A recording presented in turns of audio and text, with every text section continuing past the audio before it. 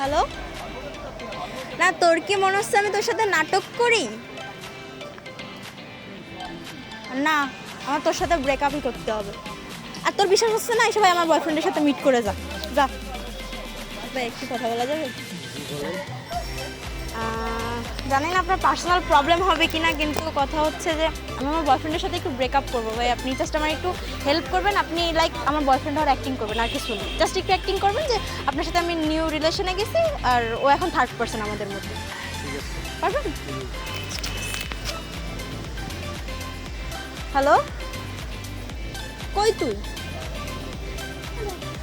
এসে দেখে যা। তোর বিশ্বাস হচ্ছে না জানতে, এসে দেখে যা।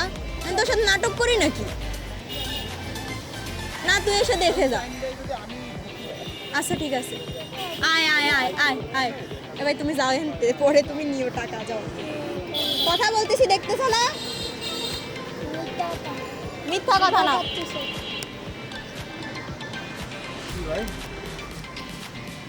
ওর সাথে পরে কথা বল, আগে আমার সাথে বল। না না না, শোন শোন শোন শোন শোন শোন, তুই ওর সাথে সমস্যা কি ভাই?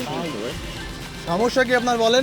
তুই ওর সাথে পরে এ তুই আপনি ওর কি? সাথে পরে কথা বল, আগে আমার আপনি কি আর কি? ভাই আমি কিছু না ভাই। আপনি কিছু না মানে ওর সাথে কি তোমার সমস্যা কি? ভাই আপু জাস্ট ওর সাথে কি তোমার সমস্যা কি তাই বলো? রাখবো না, ওর সাথে আমি রিলেশন। ভাই না, আপু জাস্ট আমাকে শিখাইতেছে যে আমার একটা বয়ফ্রেন্ডের নাটক করতে হবে, আর কিছু না ভাই, আর কিছু না ভাই।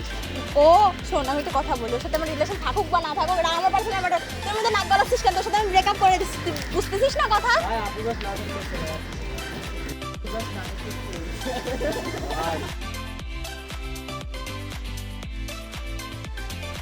যে গেছে না ভাই। ক্যামেরা ভাই, ক্যামেরা। ওরা সিরিয়াসলি